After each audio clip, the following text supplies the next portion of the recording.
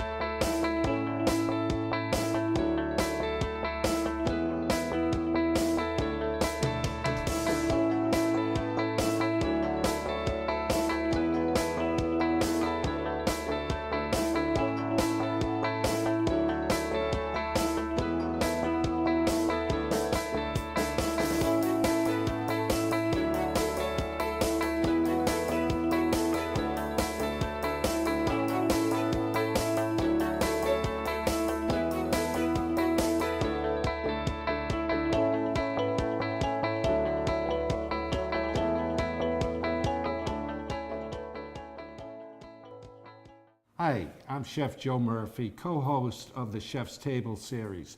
This show is produced by the Chef's Table Foundation, and we'd like to give a special thanks to the Sons of Italy Lodge in Roslindale for allowing us to produce the show here this evening. We have an absolutely great chef where we're trying to highlight restaurants in Roslindale. This restaurant's reputation goes way beyond Roslindale. The name of the restaurant is Delfino Restaurant, and we have the executive chef here, and I claim she is the second coming of JC. Oh, I don't mean Jesus Christ, I mean Julia Child, excuse me. You know, JoAnne LeBlanc is a wonderful personality, just a good friend. We've had her on the show 3-4 times now. I think so. Yeah, and she always does a great job. And just prior to us starting, she said, just a quick story. I said, is the pan hot enough? She said, yeah, I hope I don't burn anything. I said, it's just for show. We won't have to worry about eating it. I said, but you're great with the recovery. Several years ago, 3 years ago, maybe 4, prior to shooting the television show, we would go to different restaurants and have the Chef's Table series. Well, JoAnne, we shot it at Delfino's, and JoAnne wanted to do a pork loin. So she butterflied it, and she decided she was going to soften it with a mallet, and it was on a table that was a banquet table. And while she was banging it, the table collapsed. But in the great fashion of JC, she grabbed the pork loin in midair and just kept laughing like this and did a great job. So, yeah, and I really always enjoy when JoAnne's on because she's a terrific person. And not only that, but she is a great chef. And I'm sure you've all been to Delfino's, and this lady here does a lot of the recipe creation, is that correct? I do quite a bit, yes. Yeah. Although I have to give kudos to my good friend Noel over there, who's our pasta chef, and this recipe is actually his creation. We'll be introducing Noel before the show is over. We really appreciate him coming No, he did a lot of work today. off and to try to help us. So, what are we making, Chef? Oh, we're making veal cannellonis today. Sounds great. Yes. Our first item that we're going to be using is very finely minced onion. This is about 1/2 of one small onion, and I'm going to put a little bit of olive oil in my pan. We'll see how hot this smoking pan is. Great. If I could just interrupt, because this show is designed to be instructional, I usually do this at the beginning, but I get goosebumps when JoAnne's on the show, and we talk about mise en place. And in a professional kitchen, it basically means everything in its place. have your ingredients in front of you so that doesn't interrupt your cooking experience, as well as you don't want to leave any ingredients out. So we have the mise en place, and you have about 10 different items here, Chef. Yes, I have a half of a minced onion. Right. I have 3 cloves of minced garlic, salt and pepper. Okay. This is a little white wine for deglazing the pan. Excellent. I have chopped rosemary. I also have a little bit of chopped parsley, which I like to add, which isn't, we don't usually add at Delfino, but it's, changing it a little bit. Grated Parmesan cheese, a little bit of nutmeg. This is a whole nutmeg, which we'll be grating. Yeah. Some milk. Yeah. Some flour, and some chopped spinach. Excellent. And that's the bechamel sauce that's going to go on top, which I'll explain a little later. Okay, great. So this, like I said, this pan is screaming hot, but we're going to add the And onion. when you're cooking, a lot of people are afraid to cook with a hot pan. Go into a commercial kitchen. Those pans are smoking hot, and there's a number of reasons for that. First reason is this: if it's a great restaurant like Delfino's, they're really busy. But beyond that, you want to get those sugars, the oils, a little bit of caramelization, because to get a great meal, it's all about building flavors. That's correct. That's very important. So right now we're just getting, we're going to saute. I added the garlic also, the onion and the garlic, until it's translucent. Right. So we want to, that'll take a couple minutes. Yeah. Obviously, we're going to go a little bit faster here for demonstration purposes. Okay. You don't want to have to wait If I can just ask one question, because we've done a number of shows where chefs use garlic, and it's a very common ingredient. And I always say, if you're using garlic, do not leave the stove. Because if that garlic burns, your whole dish is ruined. You have to be very careful with that. Right. In fact, you basically have to throw it out. If you burn the garlic, you may as well just start over and throw it out. Most times you can recover if you find something isn't quite right on your cooking. But when the garlic is burned, it's just becomes very bitter. Yeah. And if I were doing this, obviously at home, I would add the onion and let the onion get a little more translucent first, then add the garlic. Right, and that's So what I would do. that'll help keep it. Now here I have some ground meat. Now at the restaurant we use ground pork, and we also use ground veal. But you can change, at home if you can't get veal, which might be a little hard to get. Sometimes you could also use ground beef. Right. The pork adds a nice flavor, though, so I would keep the pork. Yeah. Well, I'm just going to continue cooking this. This is the ground beef, the ground pork.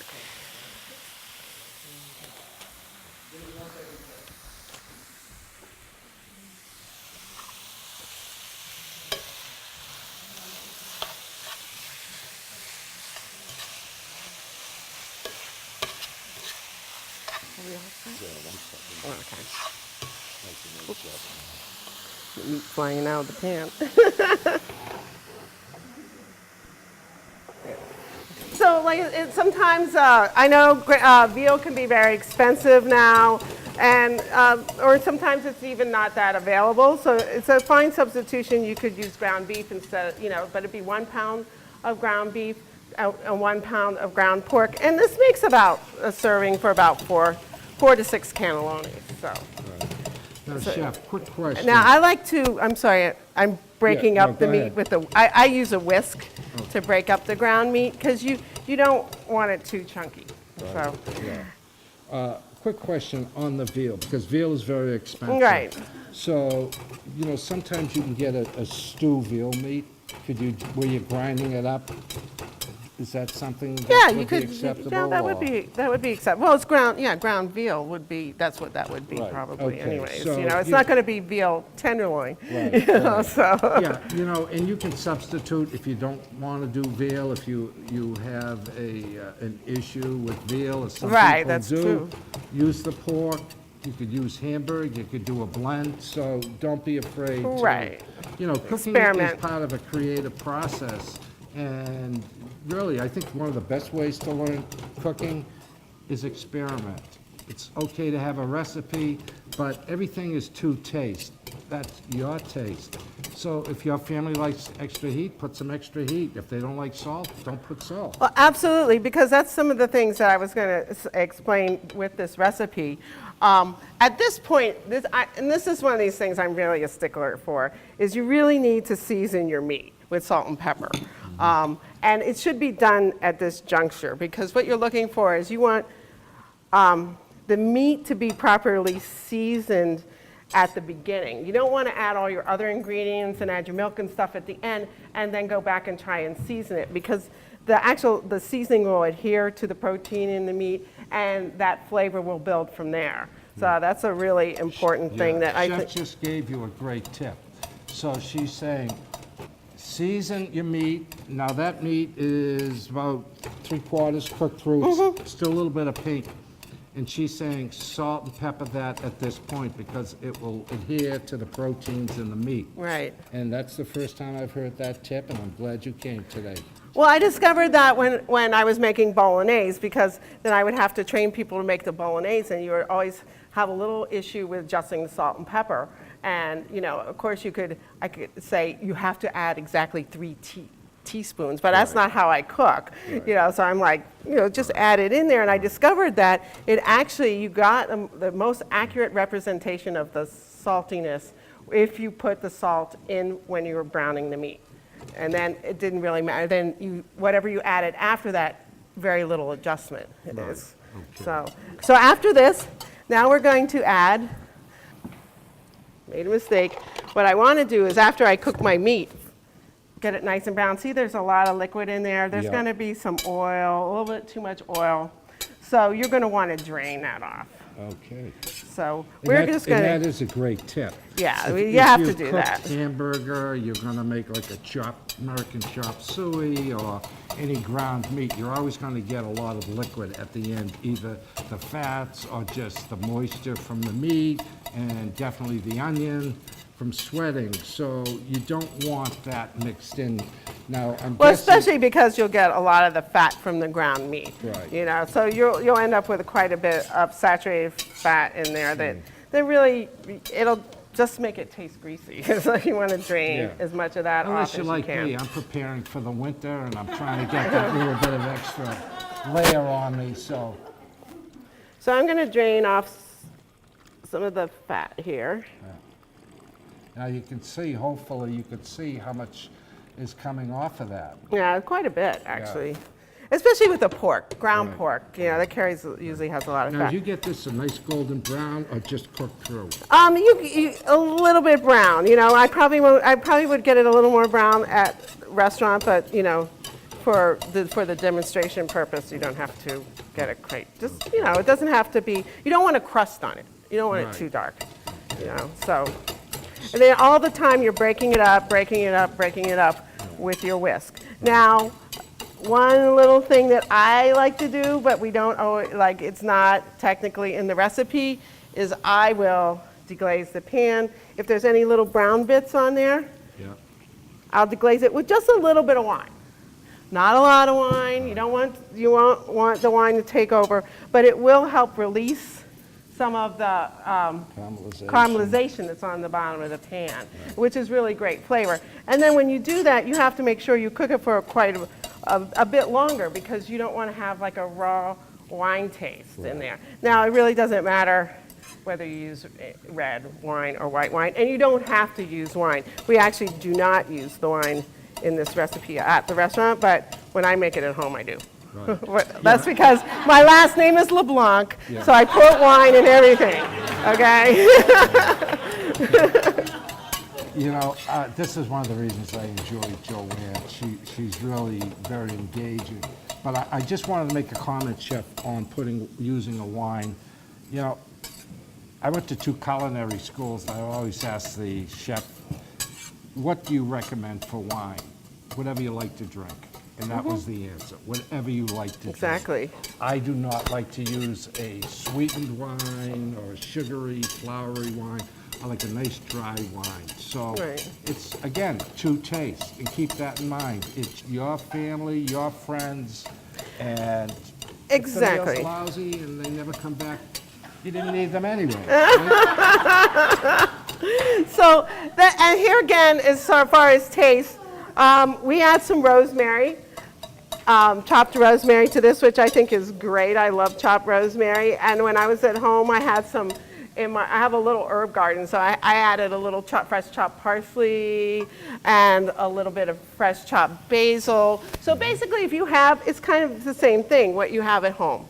Although the rosemary does give it a distinctive flavor. So I think the rosemary is important, and you can add, and if you wanted to add even a little bit of hot peppers, you know, the pepper flakes, you could if that's what your family likes. So like, it's all about, you know, adjusting it to how you want it. Then we add a little bit of flour. Can you explain The flour is going to be, because this is going to end up turning into a rather thick, well, I need to turn it down now. A rather thick paste, not a paste, but a very thick meat mixture, okay? So you're going to actually be needing to add a little bit of flour to that, because you want it to be nice and thick, because you're going to be rolling it in the pasta sheet. And it's not going to fall Right, out you don't and want it stuffing falling it out, back exactly. in. So you sprinkle a little bit of flour in there, Yeah. maybe add a little bit more. So, And then we're going to be adding milk. Now, a lot of people are surprised when you add milk to meat. We add milk in our bolognese sauce too, and that always surprises people, but that's actually quite common in Italian cooking. So I'm going to add about a cup of milk into this mixture. so that mixes about 2 pounds of mixed meat? It's 2 pounds of meat, right? Okay. I would say it's about a tablespoon of flour Right. and a cup of milk. And then we're going to cook this down and reduce it. We add a bit of Parmesan cheese. Okay. Now, is that going to clump up? No, it's grated. It You use the grate, but no, it'll be, Usually I No. take whatever, if I'm going to add a No. grated cheese, I'll take it off the burner for a minute so that you don't get that major clumping effect of the I cheese. haven't had that problem. We have the fresh, maybe, I don't know if it makes a difference, but we use Well, the we all fresh know you're grated. a But much better chef than I am, so. no, I haven't noticed that that's ever been a problem for me of it clumping. But so as you can see, this mixture is starting to thicken now. Right. Okay, so you're gonna let it reduce. It's gonna get nice and thick. And that is getting nice. See, it's Yeah. getting very thick. Right. And one thing about this too is this part, is really easy if you do this the day before. Right. Like you can do this the day before because you're going to want to cool it down. Right. This is spinach, chopped spinach. Now, if you add the spinach will release.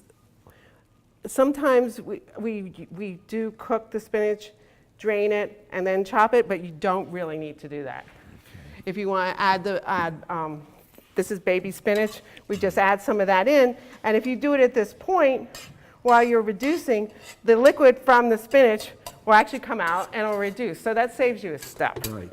And you know, a technique that I use, because the spinach or leafy ingredients, it carries a lot of moisture. Right. I'll take a side towel like this, and I'll pour the ingredients, say the spinach in this case, right in the middle, roll it up, and then just keep twisting, okay, right over the sink.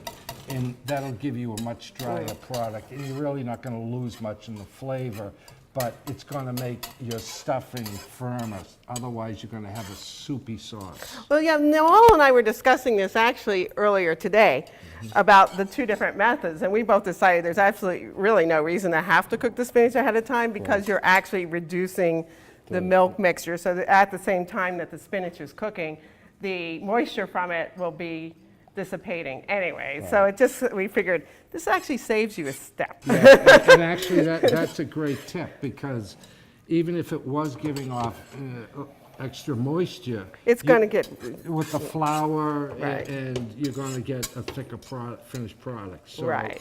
that is so at this point, when it's really thick and you've really broken up the meat a lot, and you can see it's very, very thick, yeah. at this point is when you're going to want to set it aside and have it cool, because if we can it's just tilt easier that to to it's this easier to camera. work with Yeah. when it's cool. So what we do at the restaurant is we actually make this preparation, the meat part, a day ahead. Yeah. We put it aside in a pan. You will let the pan cool to room temperature. You have to be careful, you know, within a period, that has to happen within technically a period of 4 hours, so according to the health department. However, it won't take that long.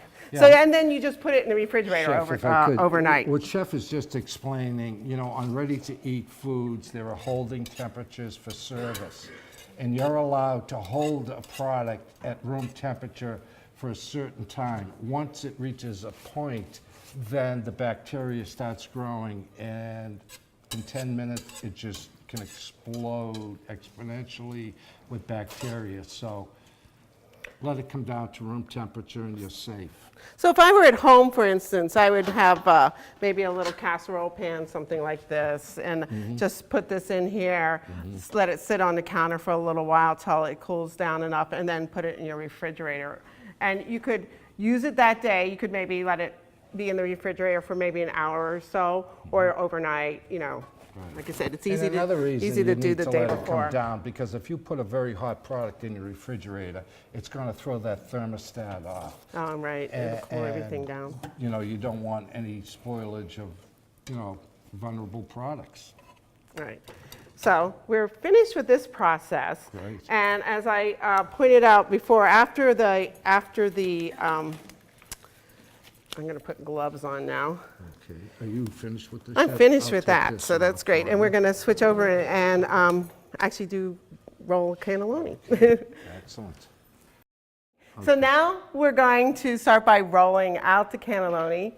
One little trick that all the professional restaurant people do is when you're using a cutting board, it's a really good idea to have some sort of a towel, dish towel, wet, and put it underneath. This is invaluable when you're trying to cut, because I don't know if you've ever had the problem you're cutting something on a cutting board and the cutting board starts sliding. That keeps that from happening. So just a wet towel underneath, Right. and it stabilizes Right, it. and you can actually use a paper towel. Will Yes. do the same thing. You don't want it sopping wet, just damp enough to anchor that board. And it will just, you know, stop you from cutting an index finger off. Now, this is a fresh pasta sheet. And as I was just saying earlier, that's probably the hardest part of this whole recipe is finding fresh pasta sheets. Or else you have to make your own, which is a whole nother class. But I think, well, you can look it up on the internet and find out where you can get. I don't think I'm allowed to give any brand names, Right, so I can't tell you where to buy them. Yeah, we follow a PBS format, and there cannot be a call to action. But as JoAnne said, if you go on the internet, you can just look for fresh pasta sheets. Now we're going to pretend that this is boiling water, which is, okay, boiling water. So you're going to put your pasta sheet in there. Well, obviously not with your hands. That wouldn't be good with the boiling water. So, but you get the idea. So then you're going to put your pasta sheet in. You're going to cut it in half. Okay? Well, Chef, just for the sake of the viewing audience, why don't you just show them the size that you just cut so that they have at least a visual? Because the pasta sheet looks like an 8.5 by 11 sheet. So you're just gonna cut it in cut it in half the long way. Right. I'm sorry, the wide way. And, Right. you know, that's a pretty good serving size. Then I'm actually going to switch the cutting board around. And this is my already chilled meat mixture that you made earlier or the night before. And then you'll see why you want it nice and chilled, because it's just so much easier. It sticks together. Right. And it's, you know, it's easier. If this was hot, it'd be all sloppy. And this just is such a breeze to work with then. And then you're just going to roll it up. So, Chef, if it was hot, your fingertips would be burned by the time you were done, and you wouldn't be There you able to go. poke your husband Well, in the I eye, already stuck right? my fingers in the boiling water, as you saw. Right, right. So I have asbestos fingers, yeah, I can do that.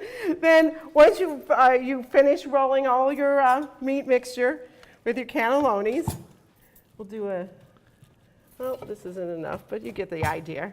Yeah. And then you have tomato sauce, your fresh tomato sauce. Now you can have tomato sauce that you made yourself or that you've bought at the store. I like whatever your favorite tomato sauce is, and your lasagna pan. And you're just going to put some tomato sauce on the bottom.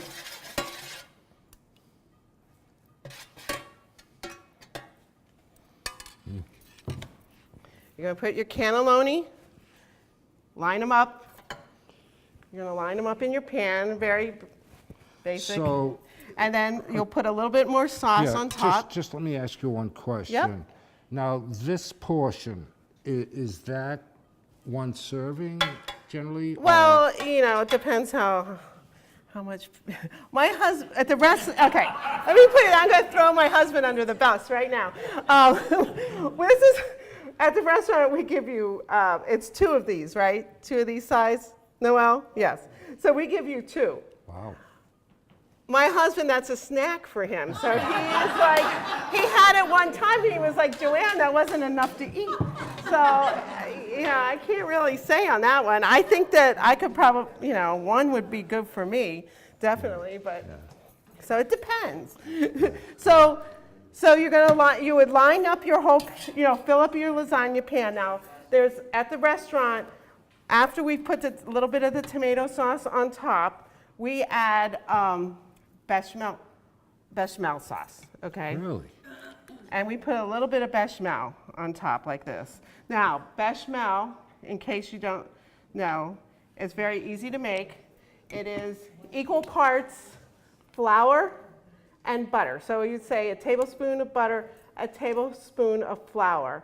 And you melt your butter, you add your flour, and you just start to toast it until it turns a little bit brown, light brown. And it actually gives the flour a nutty flavor. Right. So then you let that cool a little bit, and you would slowly whisk in some milk. And it thickens. It's like making a gravy. It's a white sauce. It's one of the French white mother sauces is the bechamel. And then you add nutmeg to that, which reminds me, I left out a very important step in our mixture, nutmeg. Right. When we were adding the rosemary and we added the milk, we were supposed to add some nutmeg. This is really something you don't want to leave out, right. Which I just did. But this is a nutmeg grater, and it's really cool. This kind is really cool. I like it because it's like a semicircle. And this one works really the best for grating nutmeg. So it's a very strong flavor, so you don't want to do too much. Like I would say, I would add maybe that much to my mixture. Yeah. Okay, so almost, 1 nutmeg will go a long way. That's almost a pinch. Yeah, it's a pinch.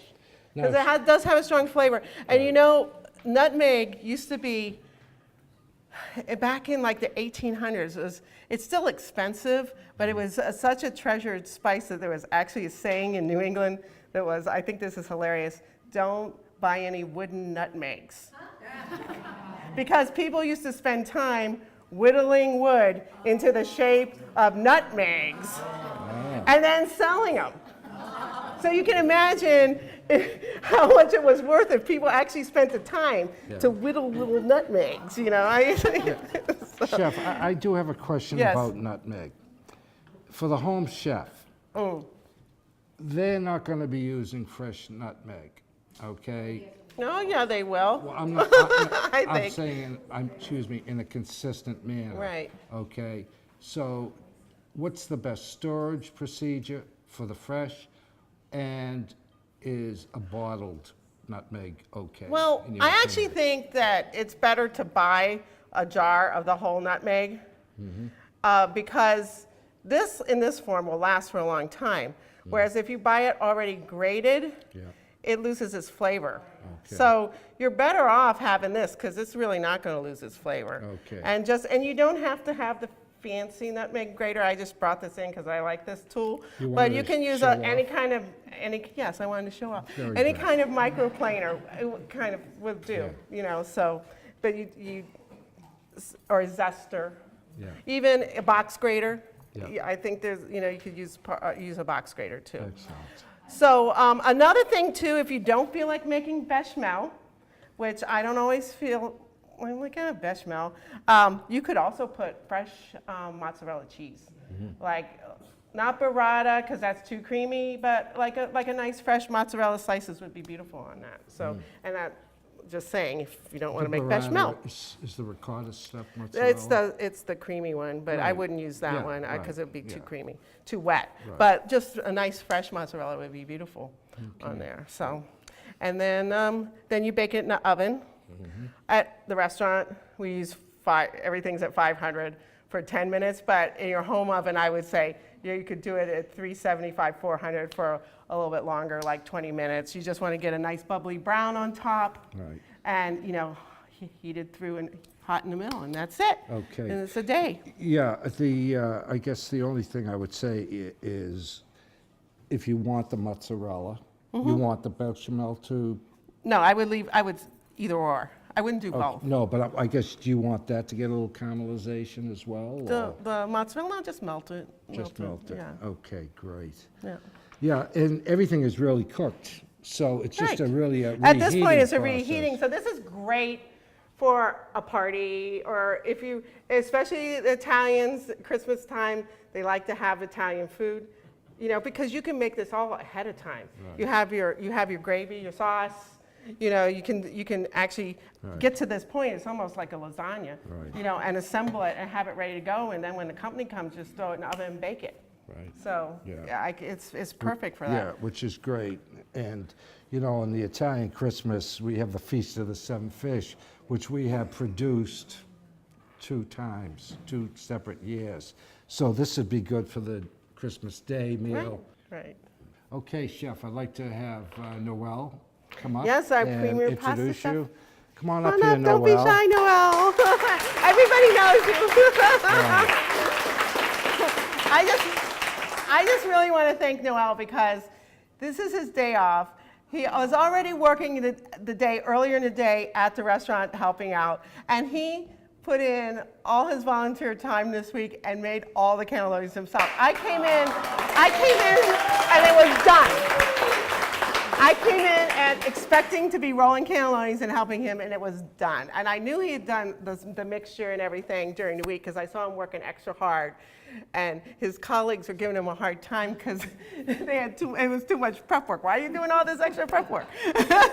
But I really want to make a special thanks because that was very, very, very good of you. Thank you, Noelle. And it's his recipe. Okay, Chef, I want to thank you, and now you know why I introduce her, and this is the second or third time I've introduced her as the second coming of JC. He She always is- embarrasses me. It's not the intention. She's very talented, and she's just a lot of fun to be with. So you've done a great job as usual. And the Chef's Table Foundation, again, would like to thank the Sons of Italy Lodge in Roslindale for the use of this facility. They've been great to us. And tonight, I'm glad we're doing a wonderful Italian dish. Right. And so, again, we're the Chef's Table Foundation, and this show is produced for you. And if you want to rewatch the show and get the recipe and cook along with Chef JoAnne, get your recipe, get your laptop, get your iPad, and rewatch the show. And you can see that on the Chef's Table Series.tv website. Thank you for watching. Don't forget to add the nutmeg, though.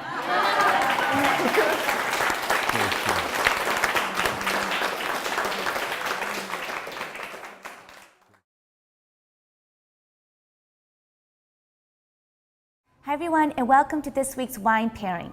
So Delfino Restaurant's JoAnne LeBlanc is the chef there, and Delfino Restaurant is one of my favorite restaurants. And today on the show, she is making veal cannelloni. So I gave John Paul the task of finding a wine, which, you know, Delfino's restaurant is mostly Italian. So, you know, I'm sure there were a number of wines you could have chose that would work well, but which one did you prefer? Yeah, there are so many Italian wines. I think they have like around 1,000 grape varieties that are unique and indigenous to Italy. We went with a really standard Italian wine, but one of the best you can get from Chianti. So it's a Chianti, Oh, I can't and wait to probably try. everybody knows Chianti. Yep. It's the name of a region, so not a grape. And this is 100% Sangiovese, although it might have a little of some other stuff in there, but mostly Sangiovese, as any good Chianti would be. It's mostly Sangiovese. Yes. And it's from the Colli Senesi, so it's right next to Siena. If people have been to Tuscany, they might know Siena as a destination. Well, now they're learning with your geography class that you're giving me. Where's my map? Next time, next time. But anyways, it's a Chianti Colli Senesi. The producer is Montenegro. Yep. And it's one of my favorites. So you want to give it a try? Yes, definitely. Okay. So why'd you choose this one? Like, what was in the recipe that you were like, you know what? Well, this wine's gonna work with it. Chianti in general, you know, it being like, well, Chianti can really run the gamut in terms of what it might be like. And if you see a Chianti that says Reserva on it, Yes. it'll generally be oaky and heavy and darker and richer and, Oh, I didn't and much know that. drier. Yeah. Because Reserva will indicate that it spent a lot of time in oak barrels. If it's not a Reserva and it's a Chianti, it can sometimes be very, very light, very, very fresh, light in color, acidic, you know, kind of tart and refreshing, basically. So you've got these two opposite worlds. The Yeah. Reservas that can be dark and heavy and tannic and dry, and then some that can be light and fresh and fruity and tart. This sort of is in the middle, but it's a little more on the simple, fresh, fruity side. That being said, it's got a lot of interesting flavors to it. So Let's try. let's give it a swirl. Twirl. Yeah. Have to swirl. Swirl and twirl. Ooh. Yeah. Is that the acidity? Oh, well, the acidity you'll taste more than smell, but the smell, when I was just describing this as a simple wine and I bring it up to my nose, I think, wow, that was completely off, because it is a really Maybe we should gorgeous, get the like, decanter. complex. This would deserve a decanter, I think. Would be worth decanting for a couple hours. But it's very floral and full of like cherries, red cherries. Ooh. Ruby red. Yeah, it's very, very gorgeous red fruit to it. It's awesome. Ooh, this is a nice.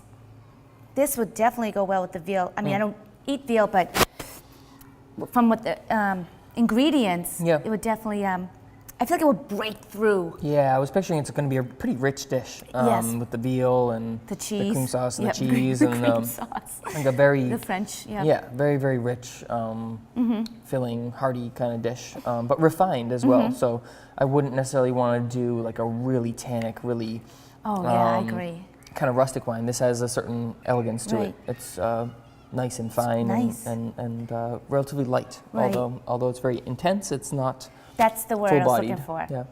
It's intense. So off camera, you were telling me that this wine has a history to it. Yeah. So I think it was 1965, but it was in the 60s. Yeah. A woman named Elisabetta Fagioli basically bought the mountain. It's called Montenegro. It's a mountain next to San Gimignano, which is a very, very famous city, which is pictured on the label there. But it's a town or city that's known for its many, many towers. It's a really famous tourist destination in Tuscany. But anyway, she bought this mountain, this piece of land on the side of a mountain.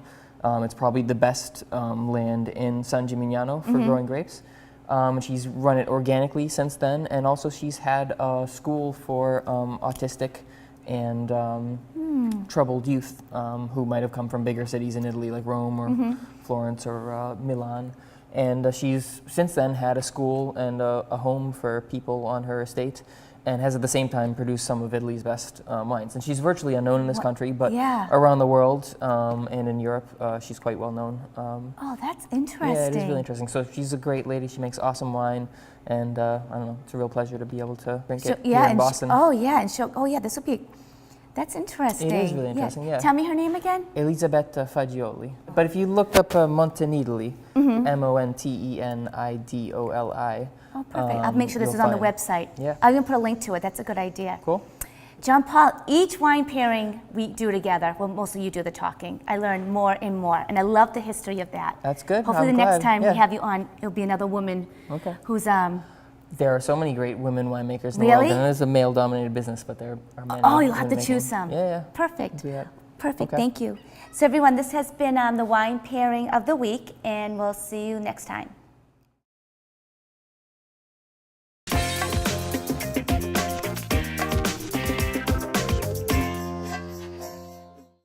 Hi, I'm Margery Gann, and I work at Ethos in Jamaica Plain, and we're an organization that serves elders and people of all ages with disabilities. I'm a registered dietitian, a wife and a mom, and I've been doing it for 30 years, so I have some practical ideas on how to bring good nutrition into your home. And one of the bases of good nutrition is portion size. And the other day, I had that whole concept brought home to me because I was making a recipe that called for 2 cups of flour. Same recipe that I've made forever, except this time I was making it from a 1950s cookbook where it told me that the yield was going to be 12 scones, whereas my 1980s cookbook recipe said it was going to yield 8. That's a pretty big difference in portion size. So I started thinking, well, that really is one of our problems in the US. So I want to talk a little bit about what portion sizes are and how we can affect them. So if we look at soda or tonic, if you happen to be from Massachusetts, we can buy a 90-calorie can, we can buy a 12-ounce 140-calorie can, or the 12-ounce 140-calorie bottle. Now what's really interesting is that if you look at the 12-ounce can and the bottle, which are really the same size, they really don't look the same. I think that, frankly, in my opinion, the bottle looks bigger. If you're buying the very large bottle, the serving size on the back is 12 ounces, so the same as the can and the larger bottle. And that really goes back to what is a portion size. The FDA has determined that 12 ounces is in fact the portion size for soda.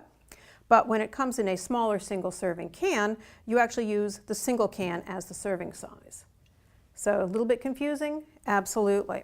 But it does make a difference because we're talking 50 calories here. Does it sound like a lot? Maybe not, but if you're someone who's drinking, say, 4 cans a day, which is not unusual, that's pretty significant.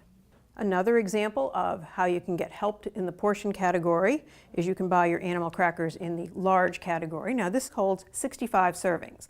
I don't know about you, but I have a terrible time figuring out what 1/65th is of anything. This is actually what 1/65th looks like. It's actually 28 animal crackers. Or you have the option of buying a single serving packet. These are about the same number of calories, about 110, 120. And this one's certainly easier to watch your calories. You take one out of the package, there it is, ready to go. Here the temptation is, of course, to increase the number of cookies. So when it comes to cookies, 1 ounce as a serving size. When it comes to meat, which by the way, meats are not labeled for a serving size because they're a fresh food, we're looking at the size of a deck of cards. So here we have a deck of cards. You can see it's about, 3.5 to 4 inches by about 3/4 of an inch. The other way to think of that is palm of your hand and about that thick. Fruits and vegetables, as fresh foods, don't come with portion sizes either. But if you look at the nutrition facts, they're going to come with about 1/2 cup or 100 grams. If we were going to weigh this apple, we'd find that an apple this size, which is pretty typical, actually weighs exactly right on the mark, 200 grams. Most of us would never consider this apple to be 2 servings, but it is. And by the way, this is rice, serving size of 1/2 cup. Not very much. Most people would go, where's the rest? But if you're looking then at what the government says servings should be, currently the government uses something called MyPlate. MyPlate is trying to wean us away from animal foods. So here's the dairy, small, the protein, which is small, a lot of vegetables, fruits, and grains. Well, what does this mean? There's no serving size here. So for that, we can go back to the pyramid. And the pyramid is probably the last one that the federal government issued. And here we're talking how many servings. So we could be talking for the base of the pyramid, 6 to 11 servings of grains. Well, people will say, well, I couldn't possibly eat 11. Well, we're not talking 11 large servings. We're talking something the equivalent of the 1/2 cup of rice, a small slice of bread, and so on. And again, it keeps going up with what is a serving. So if you're going to utilize these tools, which by the way are available on the web, you'll find that you really need that background of what's a serving. So I hope I've helped you today understand what a serving is. I'm Margery Gann. Thanks for joining us here at the Chef's Table series, and that's your healthy nutrition tip for today.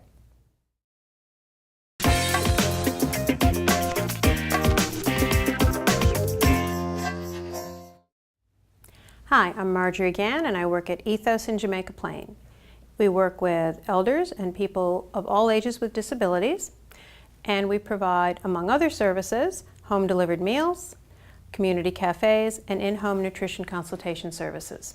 I'm a registered dietitian, wife and mom for over 30 years, and in that time I've learned some pretty good ways of getting my family to eat well, and I hope I can relay those to you as well.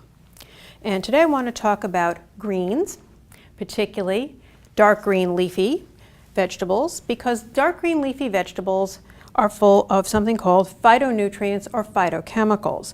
And what those are active compounds in the vegetables that benefit human health. They're not vitamins themselves, but they do help with your continued well-being. One of the nicest things about this kind of a vegetable is that it's very low calorie. So a cup of chopped kale is a mere 33 calories. It's also loaded with nutrients.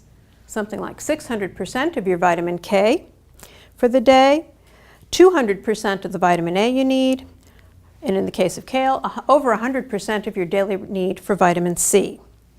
So it's also a good source of minerals, copper, manganese, and phosphorus. And on top of it all, most of these even taste good. So what else could you ask for?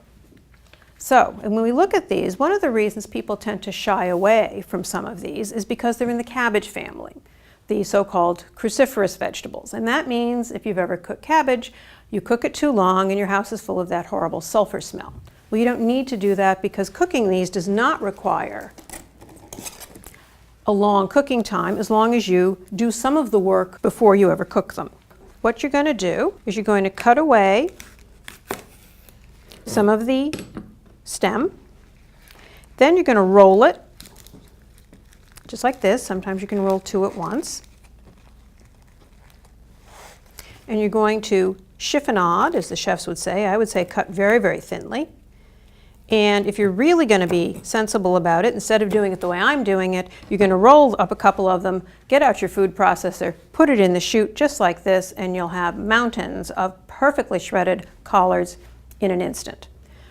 Then steam it lightly, and because you've cut it into such nice thin little strips, it really tenderizes very, very quickly and keeps its beautiful dark green color. Dress it with a little olive oil, garlic, salt, and pepper, and you've got yourself an absolutely fabulous main part of the plate vegetable. If you want even a prettier vegetable, how about Swiss chard? Chard has these beautiful ribs, and they'll stay nice and red, look really pretty on the plate. Sometimes you can get chard with yellow and white and red, even better looking. And here we have curly kale, another powerhouse. Now, spinach, and we have some fresh spinach here. Spinach is an interesting one because spinach on its own is pretty fluffy.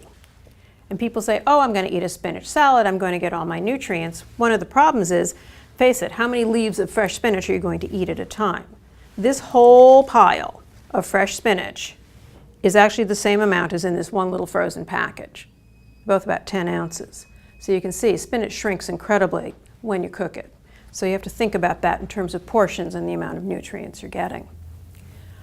One of the nutrients that's also in all of these is calcium. But you do have to be careful because the calcium in these particular vegetables are also found with oxalates. And oxalates are naturally occurring compounds, and those oxalates will bind the calcium. So you're not going to get the full benefit of the calcium. So for a good dose of phytonutrients, vitamin K, vitamin A, vitamin C, stick with those nice, healthy, dark green leafy vegetables. I'm Margery Gann, and I'm here for Chef's Table, and thank you for joining me.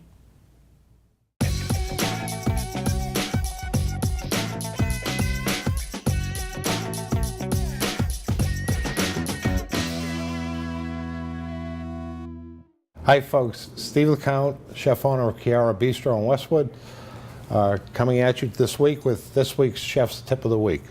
I want to talk this week a little bit about avocados. There are a couple of different types of avocados you can buy.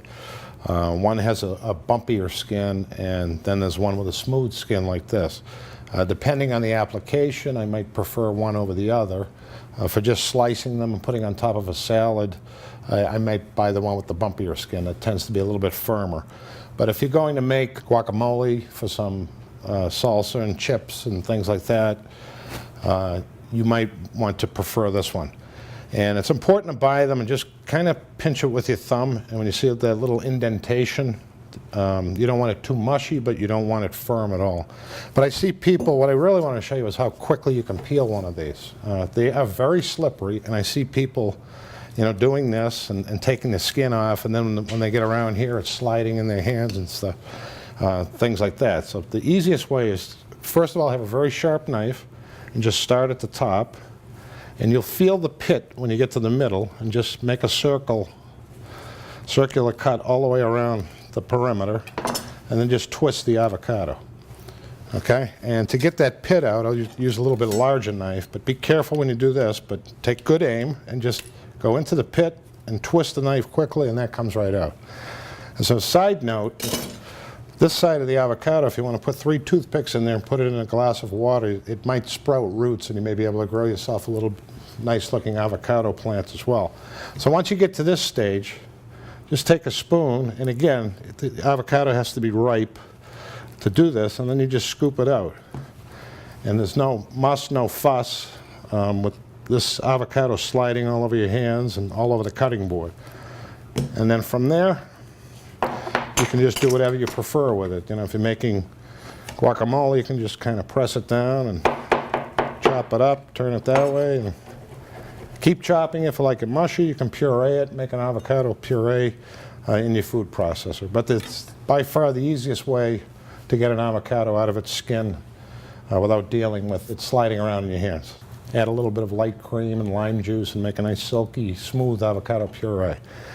And this is Steve LeCount with this week's Chef's Tip of the Week. I'll deglaze it with just a little bit of wine. Not a lot of wine. You won't want the wine to take over, but it will help release some of the caramelization that's on the bottom of the pan, which is really great flavor. And then when you do that, you have to make sure you cook it for quite a bit longer, because you don't want to have like a raw wine taste in there. Now, it really doesn't matter whether you use red wine or white wine, and you don't have to use wine. We actually do not use the wine in this recipe at the restaurant, but when I make it at home, I do. That's because my last name is LeBlanc, so I put wine in everything, okay?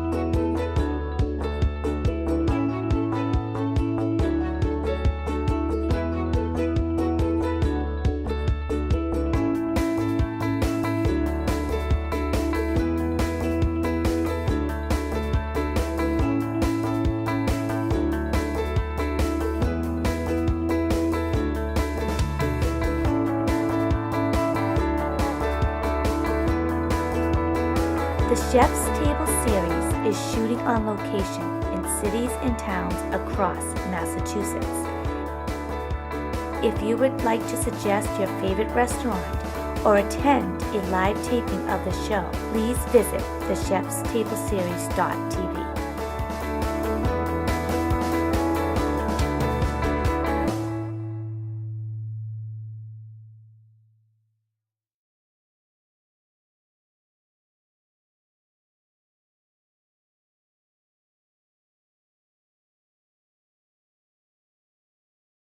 So since the show is about cooking, we decided that we want to help those students who have a passion to cook, to help them to get into culinary school. We're looking for students in the 12th grade that are either homeless or do not have the means to pay for college. Right. And we're trying to figure out the best way to raise money through our nonprofit. And I think at this point it's really important, Carol, that we let our viewing audience know we do not get paid for this. All the people that appear on the show are volunteering their time. And they're people like you and like Carol and I that believe in helping their neighbor, because it's all about community. Thank you. I'm Joe, co-host of the Chef's Table series. I'm Carol O'Connor, co-host. Thank you for watching.